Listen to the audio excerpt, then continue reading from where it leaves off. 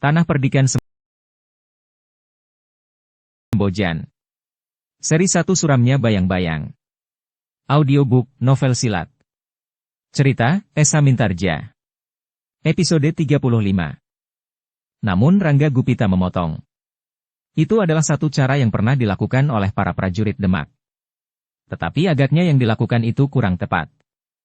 Seharusnya pasukan yang demikian adalah pasukan yang mengepung kedudukan lawannya. Sedangkan pasukan Pajang itu tidak mengepung kita. Tetapi seperti yang sudah kita ketahui, mereka sekadar memancing agar kita selalu berada dalam ketegangan. Seharusnya kitalah yang melakukannya di hadapan pintu gerbang kota Pajang, desis seorang perwira yang lain. Ya. Barangkali itu lebih tepat, jawab kawannya. Tetapi kita tidak akan melakukan pekerjaan yang tidak berarti. Demikianlah, maka Jipang lebih condong untuk memperkuat pengamatan dan mempertahankan kerangka gelar. Setiap saat gelar itu dapat disempurnakan dengan cepat, sementara pasukannya yang lain masih dapat menunggu dengan tanpa ketegangan. Namun satu hal yang tidak dilihat oleh orang-orang Jipang. Pasukan Pajang memang masih selalu berada di tempatnya. Tunggul, rontek dan umbul-umbul masih terpancang dengan megahnya.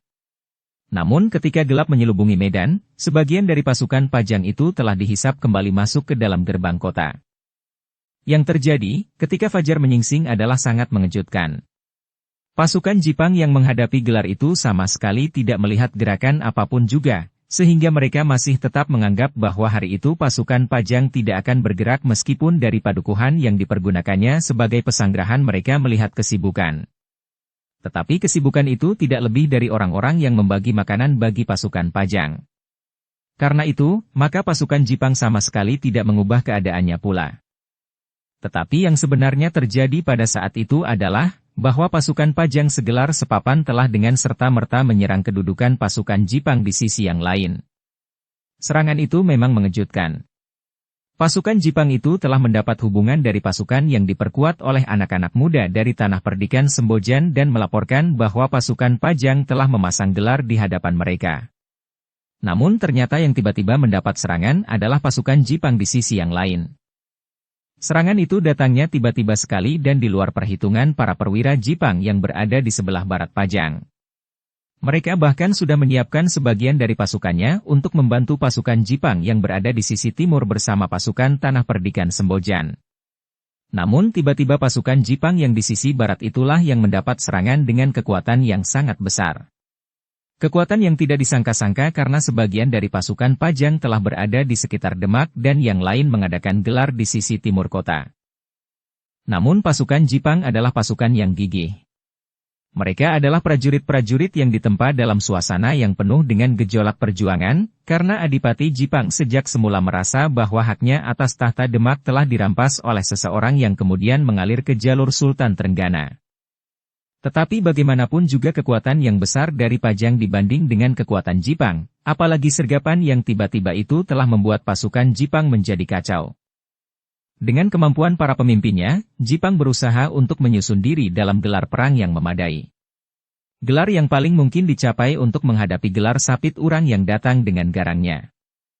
Para prajurit Jipang juga berusaha untuk menghadapi pasukan Pajang dengan tebaran pasukan, karena mereka tidak mau terperangkap ke dalam kepungan. Karena itu, maka pasukan Jipang telah menyusun gelar Wulan Panunggal dengan meletakkan kekuatannya pada ujung gelarnya, sementara bagian tengah dari pasukan Jipang memang ditarik mundur beberapa lapis. Namun kemudian mereka berusaha untuk bertahan pada garis tertentu, sementara kedua ujung pasukannya dengan tajam menyerang dan menusuk gelar lawan. Tetapi kekuatan gelar lawannya juga ada di ujung pasukan. Apalagi pasukan Pajang sempat merencanakan dan menyusun gelarnya dengan tertib sehingga perhitungannya lebih mapan dari pasukan Jipang yang harus bergerak dengan tiba-tiba. Pertempuran semakin lama menjadi semakin seru. Tetapi hentakan pertama pasukan Pajang ternyata mempunyai pengaruh yang besar. Perlahan-lahan pasukan Jipang memang terdesak, sehingga mereka telah menarik garis surut. Tetapi pasukan Pajang mendesaknya dengan tanpa ampun. Bagi mereka pertempuran itu akan ikut menentukan kedudukan Pajang selanjutnya. Ternyata bahwa serangan yang tiba-tiba itu memang sulit untuk diatasi oleh pasukan Jipang.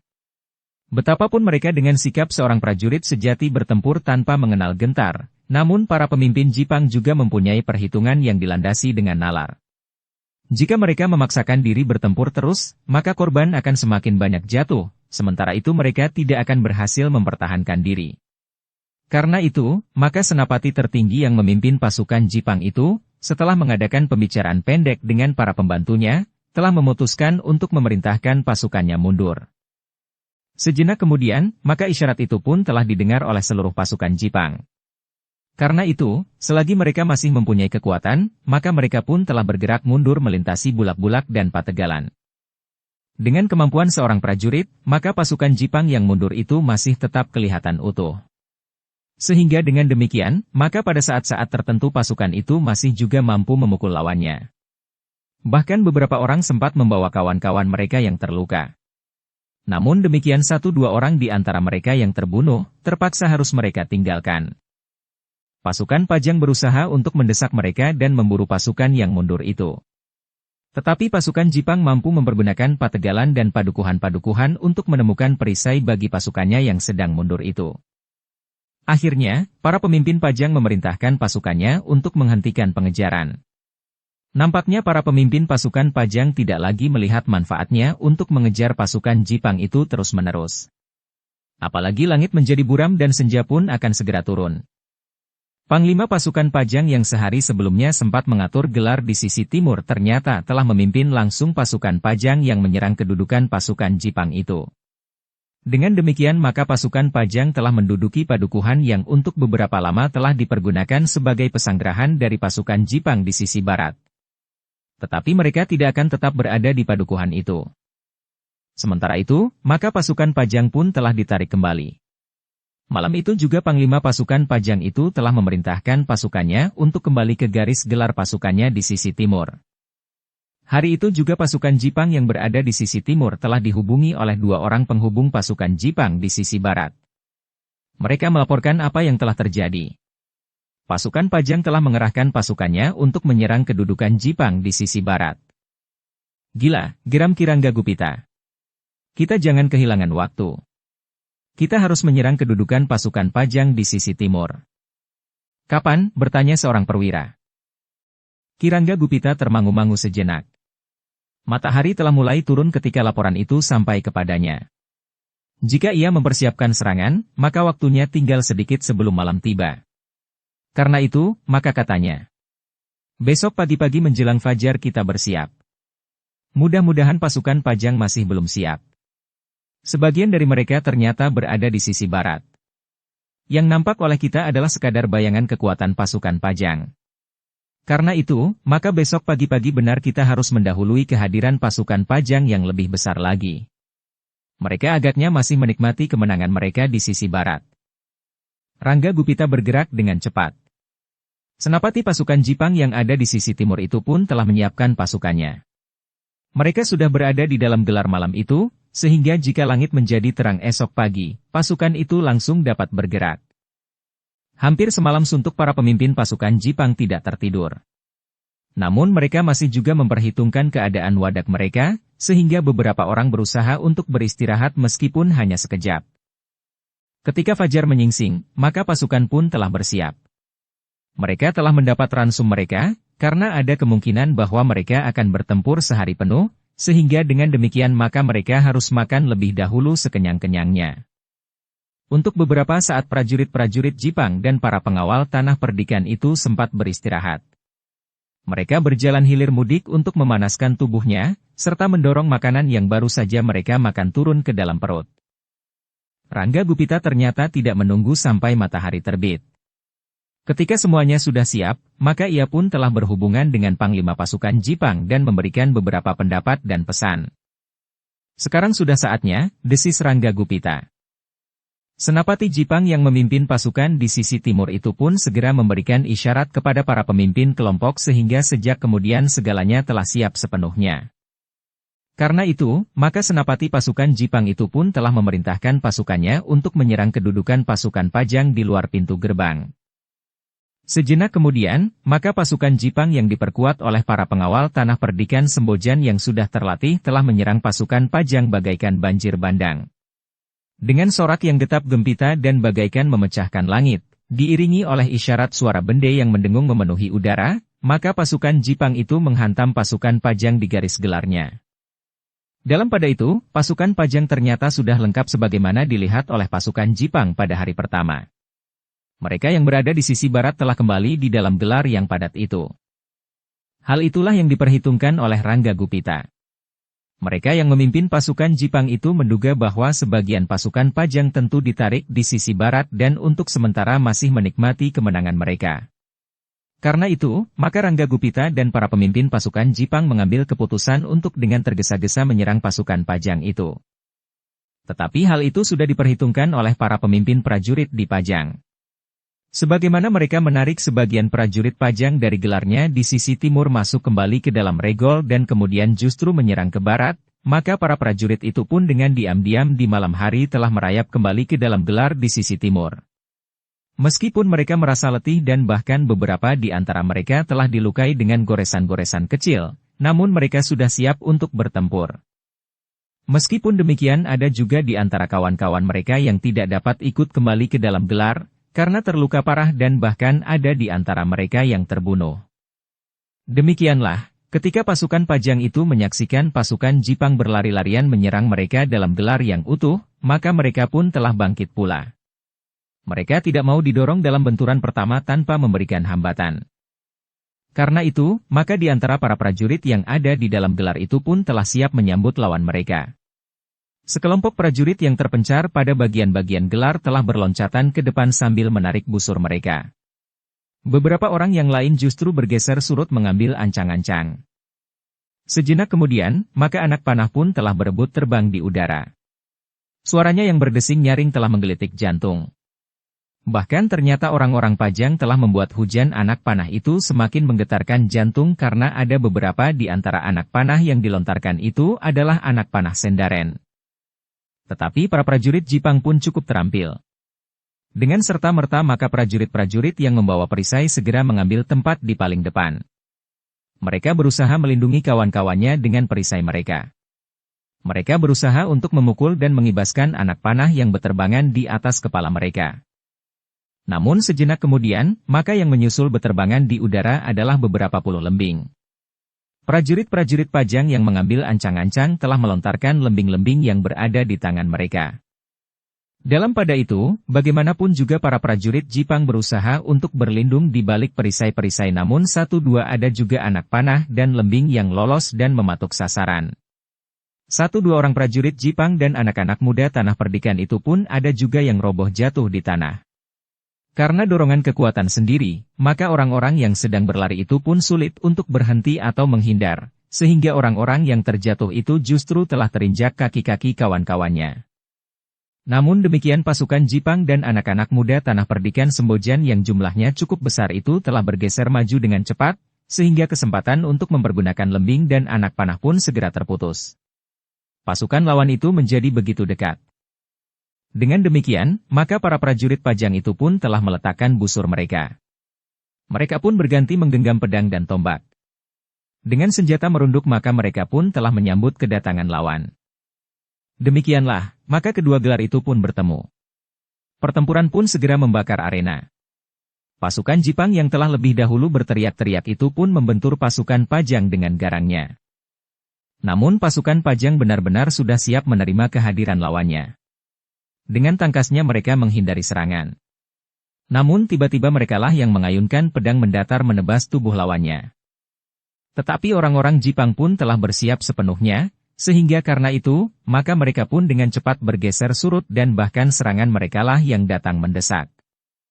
Dengan demikian maka pertempuran itu pun semakin lama menjadi semakin sengit. Kedua belah pihak telah saling menyerang dan saling mendesak.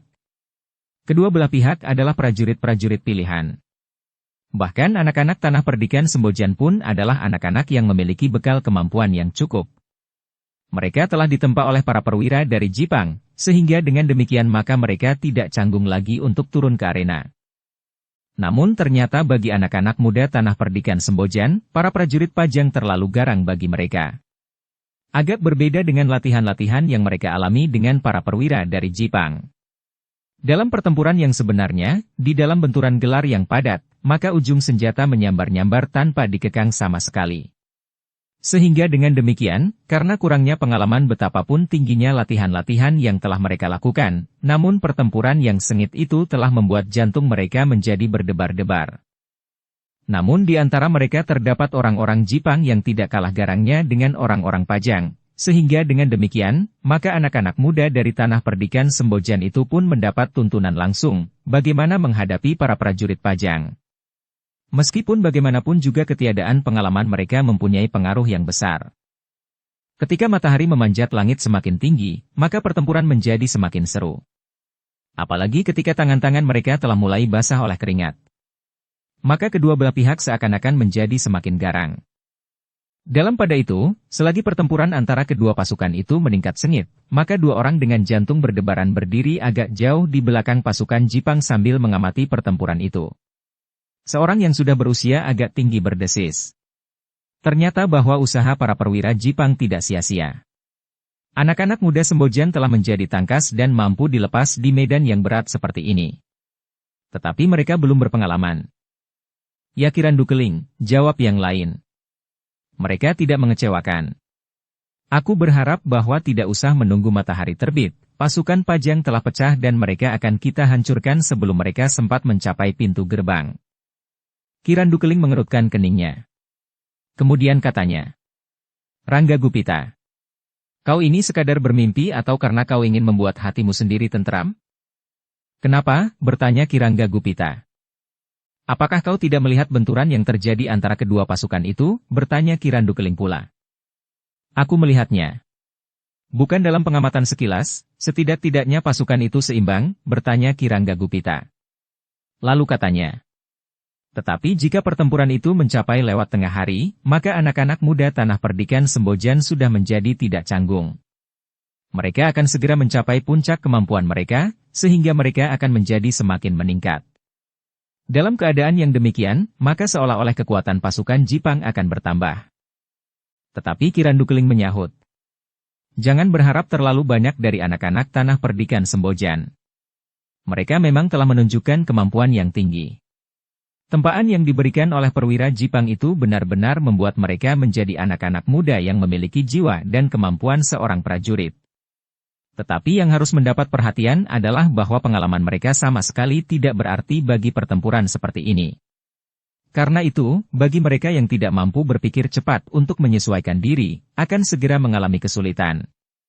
Selain itu, kita harus ingat bahwa di antara anak-anak muda tanah perdikan Sembojan, bahkan bagian yang cukup besar, adalah para pengawal yang mendapat latihan lebih sedikit dari pengawal khusus tanah perdikan yang mungkin kita sebut memiliki kemampuan seorang prajurit itu.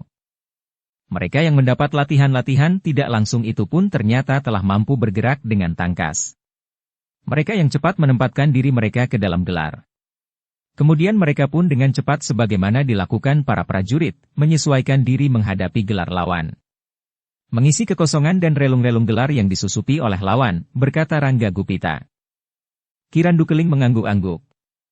Desisnya. Mudah-mudahan kau benar. Tetapi kita tidak boleh menutup mata terhadap kenyataan. Kita tidak boleh berpura-pura bangga atas pasukan kita, jika sebenarnya pasukan itu mengalami kesulitan. Kirandu Keling, desis Kirangga Gupita. Di bagian manakah dari gelar itu yang mengalami kesulitan? Bukankah di segala tempat pasukan Jipang mampu menahan kemajuan para prajurit Pajang? Kirandu Keling mengangguk-angguk. Ia memang melihat kedua gelar itu saling bertahan meskipun mereka telah bertempur cukup lama. Namun Kirandu Keling masih menyaksikan keahlian anak-anak muda tanah perdikan yang belum berpengalaman. Menurut Kirangga Gupita, mereka akan segera terbiasa menghadapi lawan di medan. Mereka tidak akan lagi canggung dan tidak akan gentar melihat darah memercik dari tangan mereka. Jika sudah demikian, maka kemampuan mereka seakan-akan menjadi meningkat. Tetapi Kirangga tentu ingin membuat hatinya sendiri menjadi tenang, berkata Kirandu Keling. Ketahanan tubuh anak-anak muda itu tentu berbeda dengan para prajurit yang sudah jauh berpengalaman.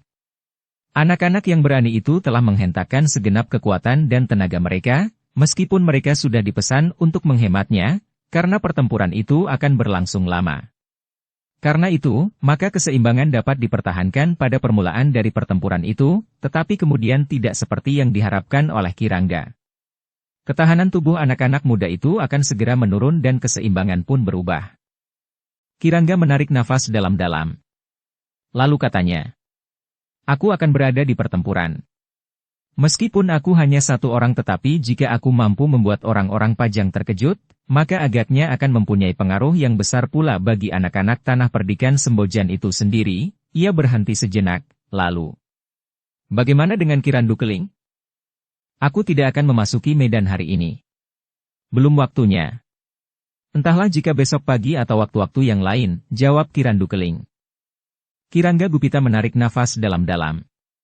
Ia sadar bahwa Kirandu Keling bukannya prajurit Jipang yang dapat diperintahnya.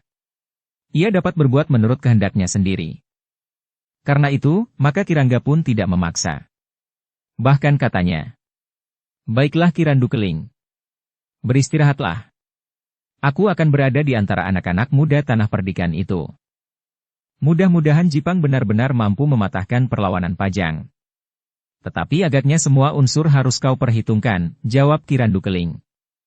Kirangga pun tidak menyahut.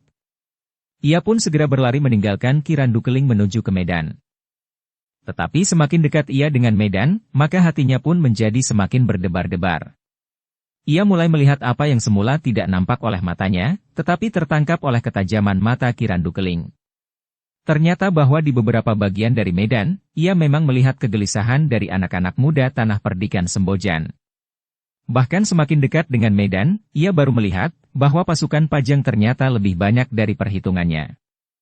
Namun demikian, ia masih melihat bahwa jumlah pasukan Jipang lebih besar dari pasukan Pajang sehingga dengan demikian, maka Kirangga masih berharap bahwa pasukan Jipang akan berhasil mendesak lawannya meskipun tidak secepat yang diduganya dan meskipun tidak menghancurkan pasukan Pajang sebagaimana diinginkan.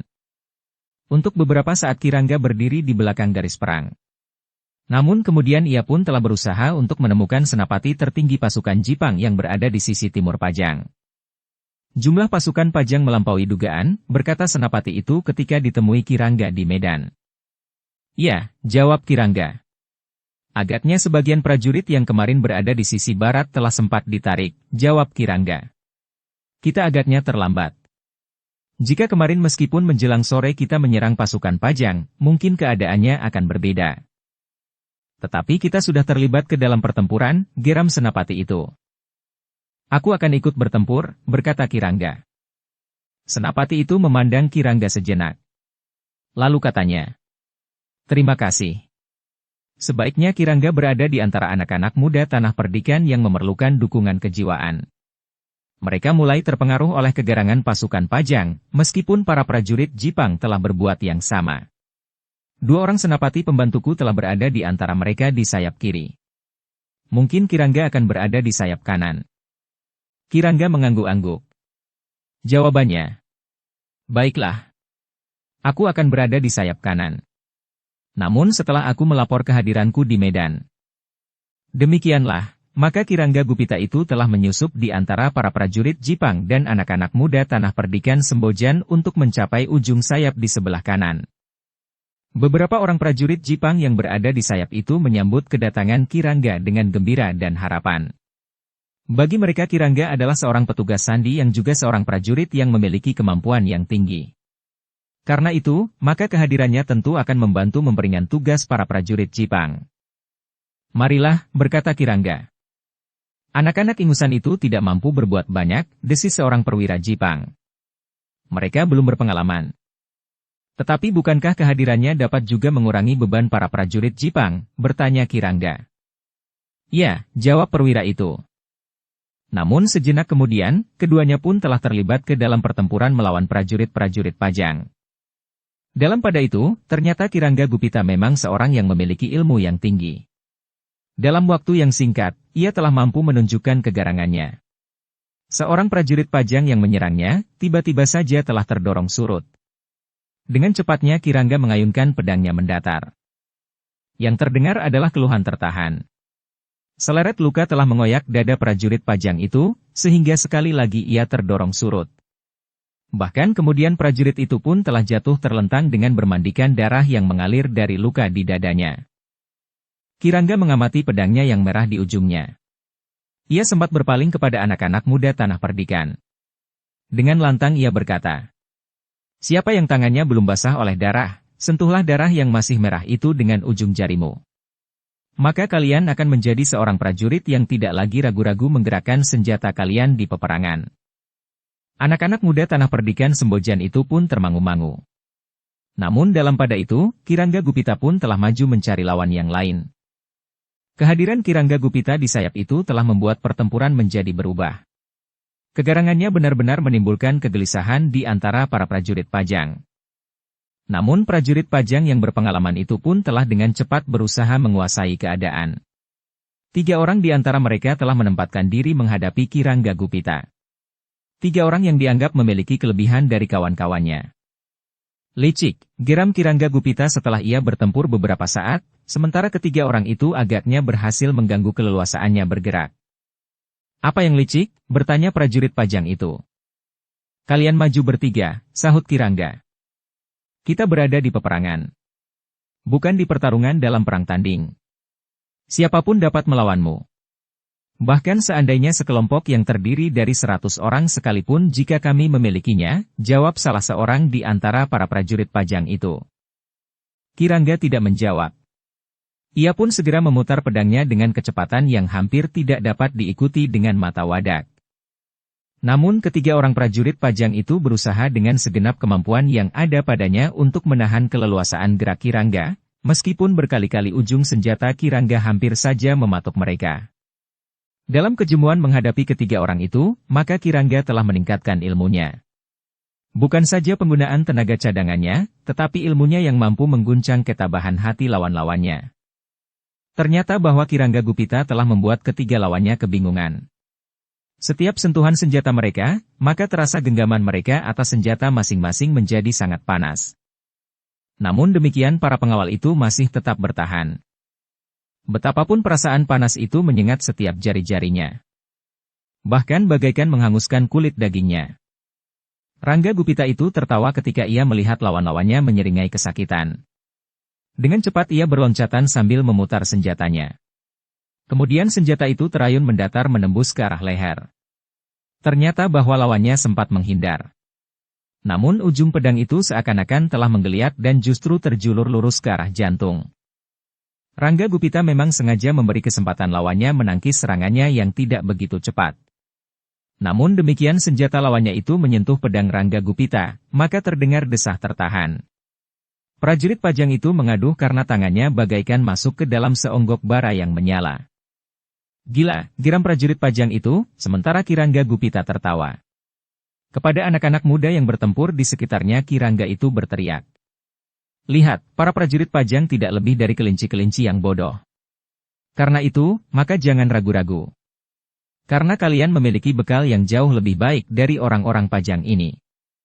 Kata-kata Kirangga Gupita memang dapat membesarkan hati anak-anak muda dari tanah perdikan Sembojan itu.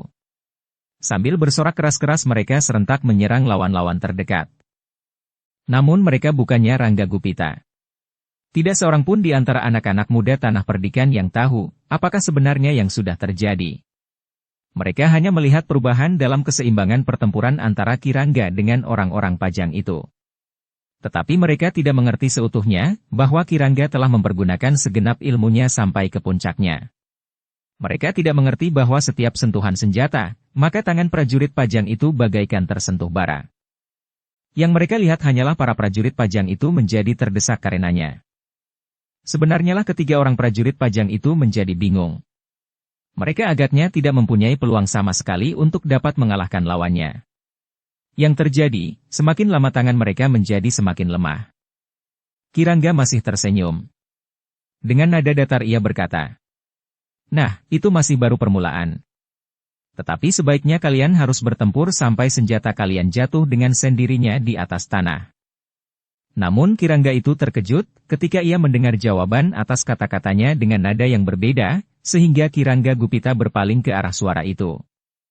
"Permainanmu sangat mengesankan Kisanak," berkata orang yang kemudian dilihat oleh Kirangga menyusup di antara para prajurit Pajang. Kirangga mengerutkan keningnya. Dengan nada rendah ia bertanya, "Siapakah kau Kisanak?" "Sudah tentu prajurit Pajang. Tetapi jika kau ingin tahu namaku, aku adalah Wirajaya." Tumenggung Wirajaya, jawab orang yang baru datang itu. Kirangga Gupita termangu-mangu sejenak. Namun kemudian ia pun menyahut. Jadi kau seorang Tumenggung? Tetapi menilik pakaianmu kau tentu dari kesatuan yang berbeda dengan prajurit-prajurit yang sedang bertempur ini? Mungkin, sahut Rangga Gupita. Tetapi perbedaan yang tidak berarti, yang penting bahwa aku adalah prajurit Pajang dan kau adalah prajurit Jipang, karena jika dilihat dari pakaianmu, kau juga bukan dari kesatuan Jipang yang datang ini. Juga bukan satu di antara orang-orang tanah perdikan Sembojan. Siapa namamu Kisanak? Kau tidak memerlukan namaku, jawab Rangga Gupita. Oh, desis Ki Tumenggung. Aku sudah menyebut namaku. Bahkan namaku sendiri. Sekarang kau tidak mau menyebut sebuah nama meskipun nama itu bukan namamu sendiri. Bukankah tidak ada artinya apa-apa jika aku menyebut nama yang bukan namaku sendiri, sahut Ki Rangga yang kemudian bertanya. Nah, sekarang apa yang kau kehendaki dalam pertempuran ini? Kau aneh, jawab Tumenggung Wirajaya. Jika aku turun ke gelanggang tidak ada maksud yang lain kecuali menangkapmu serta beberapa orang senapati yang lain. Persetan, geram Ki Rangga Gupita. Kau kira kau memiliki kemampuan iblis sehingga kau dapat mengalahkan aku? Aku memang tidak mempunyai kemampuan iblis, jawab Ki Tumenggung. Tetapi aku akan berusaha menandingimu. Ki Rangga tidak menjawab lagi. Ia pun segera mempersiapkan diri. Agaknya Ki Tumenggung Wirajaya memang lain dengan prajurit-prajurit kebanyakan. Karena itu, maka sejenak kemudian Ki Rangga Gupita pun telah menyerangnya dengan garangnya. Ujung pedangnya yang bergetar telah mematuk ke arah dada. Rangga Gupita yang gagal mengenai dada lawannya, tiba-tiba telah mengibaskan ujung pedangnya mendatar tepat setinggi dada. Ki Tumenggung yang memang ingin menjajagi kemampuan dan ilmu lawannya berusaha untuk menangkisnya. Ia sadar, menilik sikap ketiga lawan Ki Rangga yang terdahulu.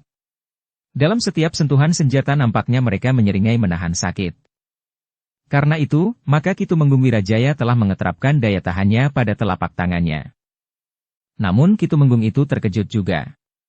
Ia tidak memiliki ilmu kebal, sehingga meskipun ia telah mengeterapkan kekuatan daya tahannya pada telapak tangannya, namun Ki Tumenggung itu merasakan juga panasnya bara api yang menyentuh tangannya itu. Ki Tumenggung meloncat ke samping itu pun menarik nafas dalam-dalam. Ia pun sadar, bahwa ia berhadapan dengan seorang yang memiliki ilmu yang tinggi. Namun Ki Tumenggung adalah seorang pemimpin Pajang yang disegani. Meskipun Ki Tumenggung lebih banyak tersenyum dalam keadaan apapun juga, namun ia memiliki kemampuan yang cukup tinggi pula. Karena itu, maka yang terjadi kemudian adalah pertempuran antara dua kekuatan yang melampaui kekuatan orang kebanyakan. Untuk mengatasi sentuhan yang dapat mengakibatkan telapak tangan Ki Tumenggung bagaikan menggenggam api itu, maka ia pun telah mengerahkan ilmunya untuk meningkatkan kecepatannya bergerak. Dengan kecepatan bergerak yang sangat tinggi, maka ia dapat membuat Ki Rangga agak kebingungan. Satu ilmu yang luar biasa, telah membuat Ki Tumenggung itu mampu membuat tubuhnya menjadi sangat ringan sehingga seolah-olah tidak berbobot. Dengan demikian maka ia pun mampu untuk bergerak cepat sekali. Sekali-kali Ki Tumenggung itu ada di depan lawannya. Namun tiba-tiba Ki Tumenggung itu pun telah berada di belakang Ki Rangga Gupita. Namun Ki Rangga tidak menjadi putus asa. Ia pun telah mengerahkan kemampuannya untuk mengatasi kecepatan gerak Ki Tumenggung meskipun ia lebih sering merasa kehilangan arah perlawanannya. Namun setiap kali ia berhasil menangkis serangan Ki Tumenggung, maka rasa-rasanya ia telah membuat sebuah luka pada tubuh Ki Tumenggung, karena kemampuannya menyengat telapak tangan lawan dengan kekuatan ilmunya bagaikan panasnya bara api. Dengan demikian maka pertempuran di antara kedua orang itu pun semakin lama menjadi semakin sengit. Sedangkan pertempuran dalam keseluruhannya pun terasa semakin membakar pula. Jumlah orang dalam pasukan Jipang memang lebih banyak. Tetapi kemampuan mereka, terutama anak-anak muda tanah perdikan Sembojan, masih belum dapat mengimbangi kemampuan para prajurit Pajang yang berpengalaman. Para pengawal tanah perdikan yang kebetulan mendapat tempaan dari para perwira secara langsung memang jauh lebih baik dari anak-anak muda yang mendapat latihan sekadarnya dari kawan-kawan mereka sendiri yang telah menempa diri pada para perwira dari Jipang itu. Karena itulah, maka dua kekuatan itu menjadi bagaikan seimbang. Keduanya saling mendesak dan saling bertahan. Sorak yang membahana setiap kali meledak dari kedua belah pihak disusul dengan teriakan-teriakan yang bagaikan memecahkan selaput telinga. Dalam pada itu, maka senapati tertinggi prajurit Pajang yang ada di dalam medan pertempuran itu pun dengan pengamatannya yang cermat telah dapat menilai, bahwa pertempuran itu tentu akan berlangsung lama sekali.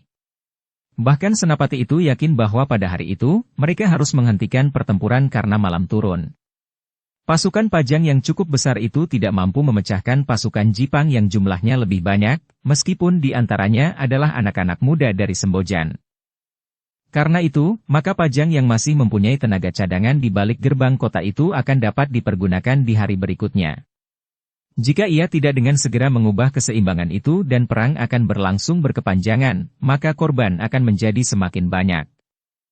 Ternyata pasukan di sisi timur ini lebih besar dari kekuatan pasukan Jipang di sisi barat, berkata senapati itu di dalam hatinya.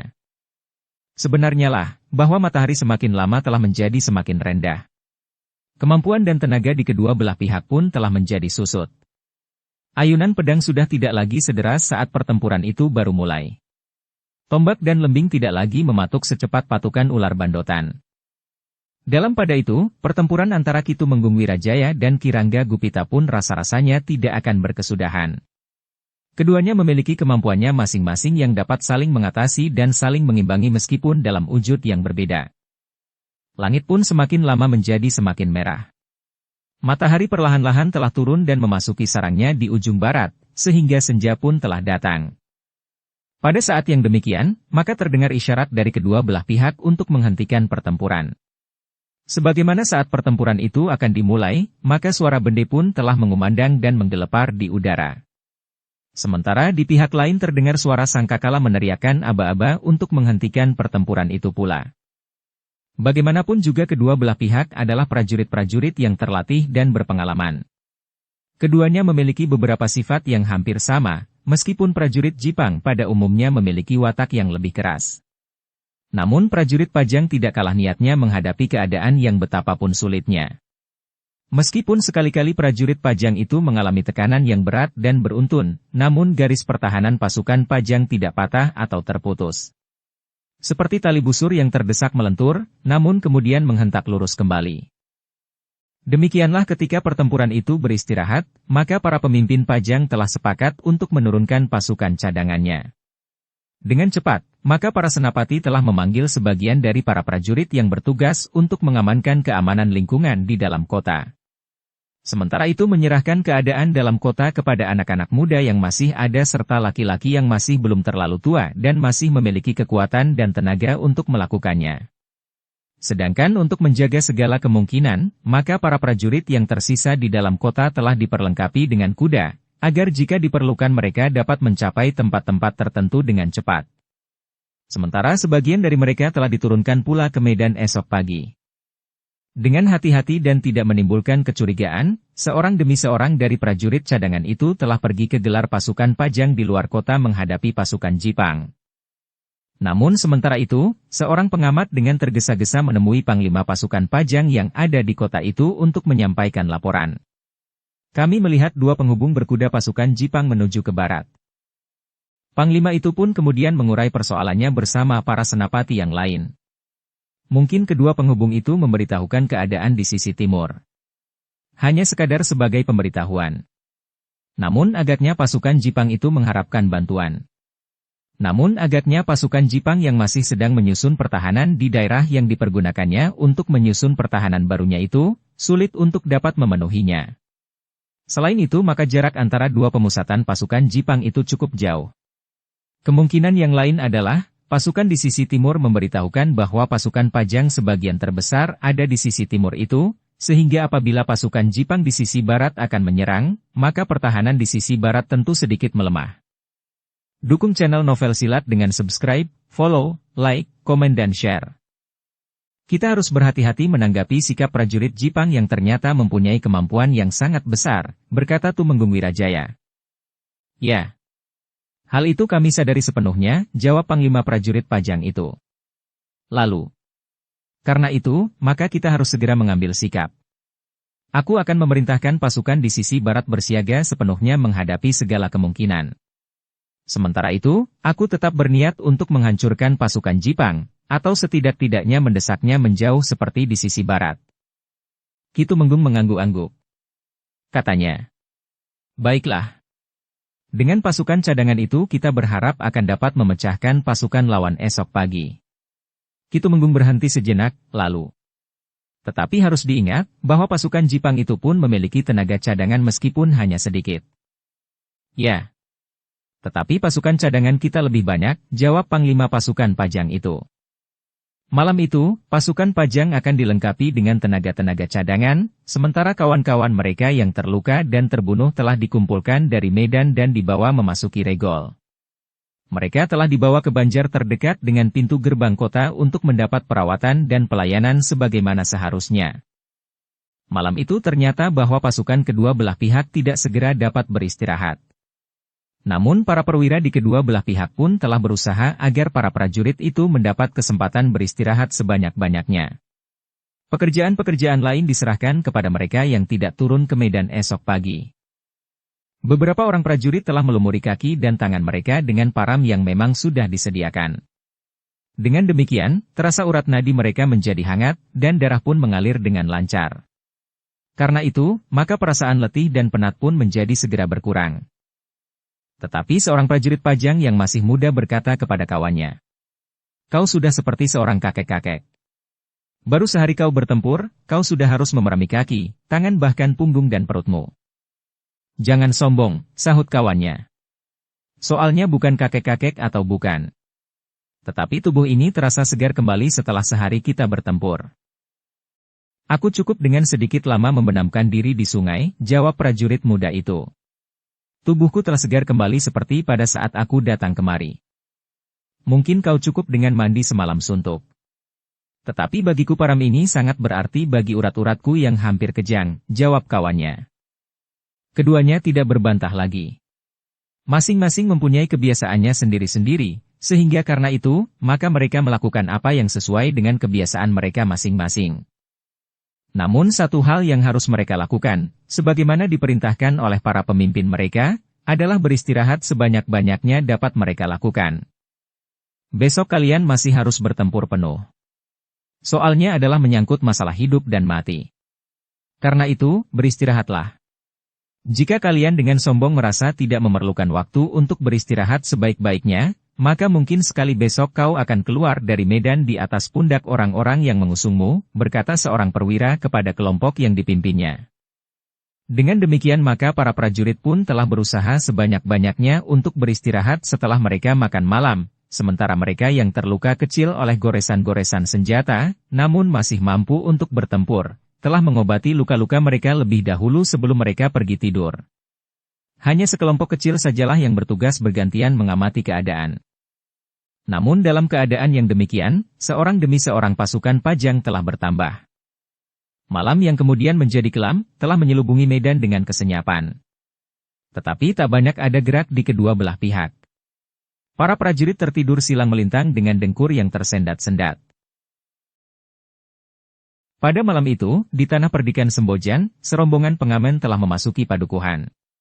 Di ujung lorong, Kiai Badra yang memimpin rombongan itu bersama Kiai Soka berkata, "Kita sudah dapat mulai sebagaimana dikehendaki oleh Kitumenggung Wirajaya. Aku yakin bahwa di Pajang, Kitumenggung pun sudah mulai pula mengusik orang-orang Jipang." "Ya," jawab Kiai Soka.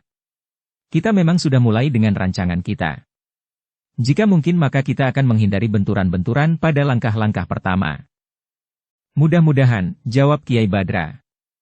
"Kita akan mengadakan pendekatan dengan orang-orang yang mungkin dapat kita ajak berbicara." Yang lain pun mengangguk-angguk.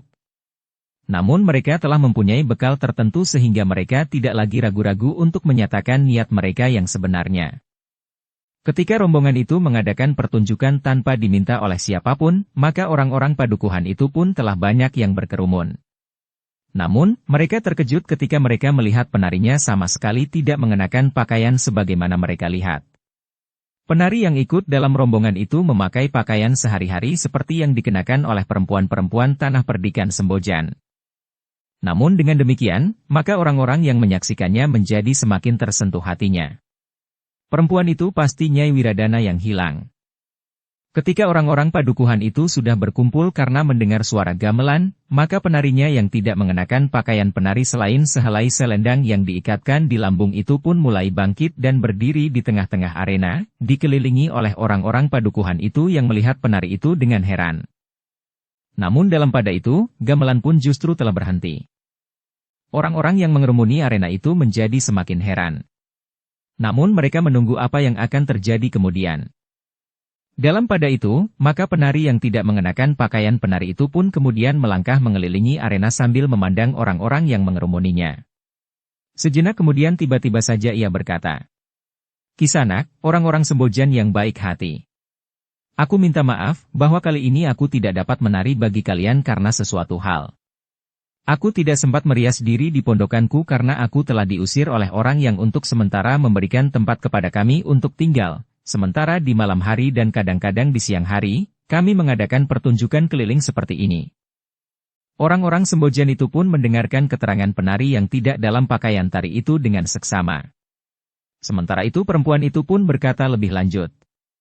"Karena itu, maka sejak saat ini kami tidak lagi mempunyai tempat untuk berteduh. Memang ada dua pilihan yang dapat kami lakukan. Kembali ke tempat asal kami, namun untuk datang kembali ke tempat ini jaraknya terlalu jauh, sehingga mungkin akan dapat kami lakukan dalam waktu 3 atau 4 bulan seperti pada saat kami pulang beberapa waktu yang lalu, atau kami mohon belas kasihan seseorang untuk memberikan tempat yang baru bagi kami. Sekadar untuk dapat tidur dan menempatkan peralatan kami yang tidak berarti." Orang-orang padukuhan itu termangu-mangu. Mereka merasa kasihan kepada perempuan yang mirip dengan Ki Wiradana itu, yang bahkan ada yang sudah menyebutkan bahwa perempuan itu adalah Nyai Wiradana itu sendiri. Tetapi mereka tidak berani memberikan tempat kepada rombongan itu, karena mereka takut kepada Ki Wiradana yang telah menyatakan bahwa rombongan penari itu harus ditangkap jika mereka kembali ke Tanah Perdikan. Karena orang-orang Tanah Perdikan di padukuhan itu nampak ragu-ragu, maka Nyai Wiradana yang menumbuhkan teka-teki itu pun berkata, "Kisanak, apakah Kisanak masih dibayangi kecemasan, bahwa pemangku jabatan kepala Tanah Perdikan ini akan marah?" Tidak ada jawaban. Tetapi beberapa orang mengangguk mengiyakan. "Baiklah. Jika demikian kami tidak akan memaksa." Agaknya Nyai Wiradana lah yang sebenarnya berkeberatan, karena Nyai Wiradana tidak ingin peristiwa yang pernah terjadi itu terulang. Apakah bukan hanya sekadar fitnah saja bahwa Nyai Wiradana dahulu juga seorang penari seperti aku?" bertanya Iswari. "Ya," hampir berbareng beberapa orang telah menjawab. "Tetapi menurut pendengaranku, sebelum Ki Wiradana kawin dengan penari itu, bukankah ia sudah beristri?" bertanya Iswari itu pula. "Ya," jawab beberapa orang yang semakin banyak jumlahnya. "Dan istrinya itu kini sudah tidak ada lagi di Sembojan," desak Iswari pula. Semakin banyak orang yang menjawab. "Ya, bahkan seorang telah berteriak. Istrinya telah pergi." "Baiklah," berkata Iswari. "Bagaimana pendapat kalian tentang istri Ki Wiradana yang telah pergi itu dengan istrinya yang sekarang?" Tidak seorang pun menjawab. Jawaban yang sudah ada di kerongkongan pun telah ditelannya kembali. Namun sementara itu Iswari itu berkata, "Kisanak, menurut pendengaranku, pada saat istri Ki Wiradana itu pergi, ia baru mengandung. Apakah kalian juga mengetahuinya?" Beberapa orang dengan ragu mulai menjawab lagi. "Ya." "Nah, jika demikian, maka anak itu sekarang tentu sudah lahir," berkata Iswari. Sementara itu anak Warsi, juga seorang penari jalanan itu sudah lahir pula. Tetapi siapakah yang lebih berhak untuk menjadi kepala Tanah Perdikan kelak? Anak Iswari atau anak Warsi? Orang-orang yang mengerumuni arena itu termangu-mangu. Namun ada juga yang menjawab. Anak Iswari. Ia lebih berhak atas kedudukan kepala Tanah Perdikan ini daripada anak Warsi yang tamak itu. Kawan-kawannya berpaling ke arah orang itu. Bagaimanapun juga mereka merasa cemas akan kata-kata yang dilontarkan oleh salah seorang daripadanya. Jika yang dikatakan itu sampai terdengar oleh Ki Wiradana, maka ia tentu akan mendapat hukuman yang berat. Apalagi jika Warsi sendiri mendengarnya, maka nasib orang itu tentu akan buruk.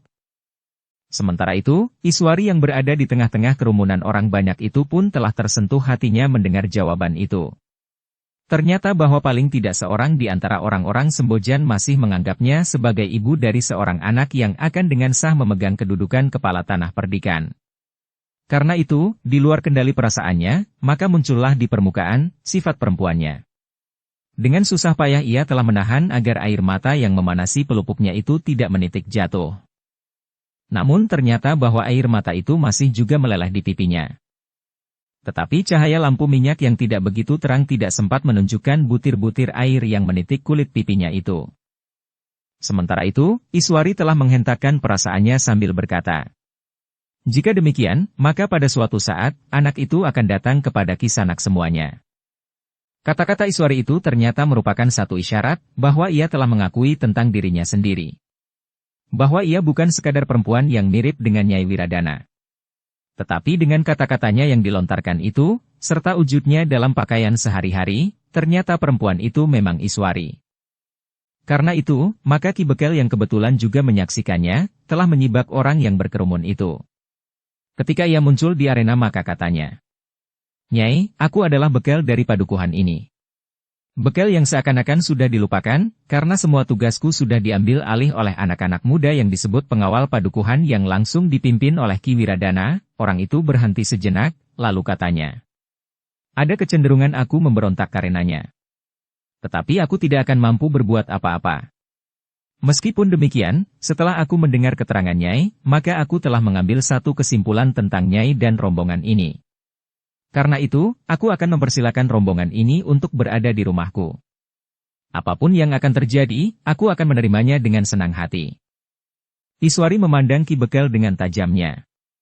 Namun kemudian ia pun bertanya, "Kesimpulan apakah yang telah kau ambil tentang kami?" "Semua orang yang berkerumun di sini akan mengerti maksudku," jawab Ki Bekel. "Marilah, singgah dan tinggal di rumahku. Aku tahu bahwa hal ini akan menjadi persoalan. Tetapi aku tidak berkeberatan." Iswari menarik nafas dalam-dalam. Di luar sadarnya ia memandang Kiai Badra dan Kiai Soka yang ada di dalam temaramnya lampu minyak untuk mendapat pertimbangan. Sementara itu, terdengar suara Kiai Badra. "Baiklah Nger.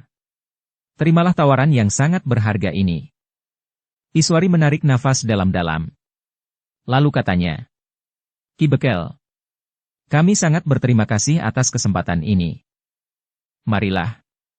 Jika kau masih ingin mendapat kesempatan untuk menari malam ini, kau dapat merias dirimu di rumahku. Tetapi jika kau anggap sudah terlalu malam sekarang, maka kau dapat melakukannya besok," berkata Ki Bekel. Iswari pun kemudian berkata, "Sekali lagi kami mengucapkan terima kasih.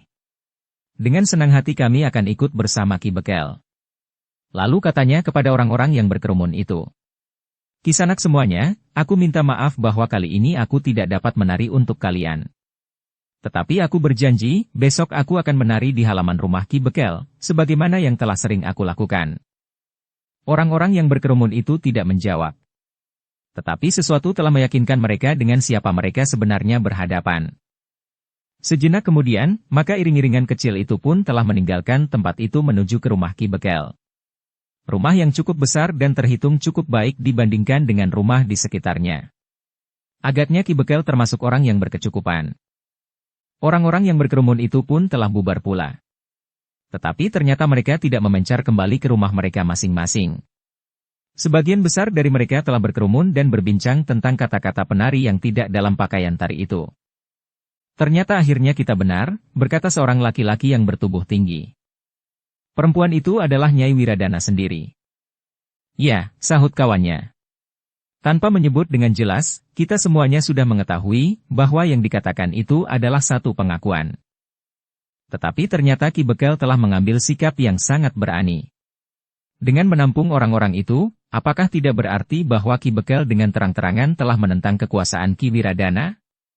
Bukan saja kegarangan dan kekerasan Wiradana yang harus diperhitungkan, tetapi kekerasan perempuan yang dipungutnya dari jalanan itulah yang harus diperhitungkan. Ternyata bahwa perempuan itu memiliki kemampuan melampaui kemampuan Ki Wiradana sendiri, desis orang yang pertama. Ki Bekel sudah tidak dapat menahan hati lagi. Sementara ini ia seolah-olah sudah tidak berarti lagi. Apapun juga di padukuhan ini telah dilakukan oleh anak-anak muda yang dipercaya oleh Ki Wiradana. Sampai memungut pajak pun telah mereka lakukan dan menyerahkan langsung kepada Ki Wiradana, sahut kawannya. "Tetapi bagaimana dengan kita?" bertanya orang yang pertama. Jika benar terjadi pertentangan yang mengarah kepada kekerasan, apakah rombongan kecil itu akan dapat berbuat banyak menghadapi kekuasaan dan kekuatan Ki Wiradana? Tanah perdikan ini dalam keadaan lemah, jawab kawannya. Sebagian besar kekuatan tanah perdikan ini berada di Pajang. Bukankah masih ada sekelompok anak-anak muda yang sekarang berada di barak itu untuk ditempa menjadi anak-anak yang perkasa sebagaimana yang telah diberangkatkan ke Pajang itu? Bertanya yang lain pula. Kawannya mengerutkan keningnya. Tetapi katanya, yang ada di barak itu tidak lebih dari sisa-sisa yang tinggal di tanah perdikan ini. Mereka tidak dianggap cukup kuat untuk pemilihan yang pertama. Namun akhirnya mereka dipungut juga dari padukuhan masing-masing. Yang lain mengangguk-angguk. Namun seorang di antara mereka berkata, "Marilah, kita berbicara dengan para pengawal. Bukankah para pengawal padukuhan ini yang tersisa anak-anak kita sendiri yang akan dapat kita ajak untuk berbincang? Hanya ada 2-3 orang yang masih ada. Mereka pun akan segera ditarik ke dalam barak mengganti kelompok yang terdahulu," jawab kawannya. "Biar 2 atau seorang sekalipun, namun kita wajib berbicara dengan pengawal itu. Perkasa sebagaimana yang telah diberangkatkan ke Pajang itu," bertanya yang lain pula. Demikianlah mereka pun telah pergi ke gardu di sisi yang lain dari padukuhan itu. 2 orang anak muda duduk dengan lesu di dalam gardu itu.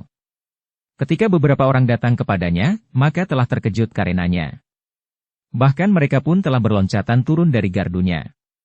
Dengan tergesa-gesa mereka bertanya, "Ada apa?" Seorang di antara mereka yang datang itu pun maju mendekat sambil berkata, "Apakah kalian mendengar suara gamelan?" "Ya, kami mendengar." "Tetapi kemudian berhenti," jawab salah seorang pengawal itu.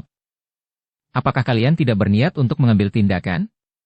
Bukankah sudah diumumkan oleh Ki Wiradana, bahwa jika serombongan pengamen itu datang ke padukuhan ini, maka mereka harus ditangkap?" Anak-anak muda yang berada di gardu itu termangu-mangu. Namun salah seorang di antara mereka menjawab, "Tetapi bukankah tidak berlaku bagi semua rombongan pengamen? Bukankah hanya yang penarinya mirip dengan Nyai Wiradana itu saja yang harus dicegah untuk bermain di tanah perdikan ini?"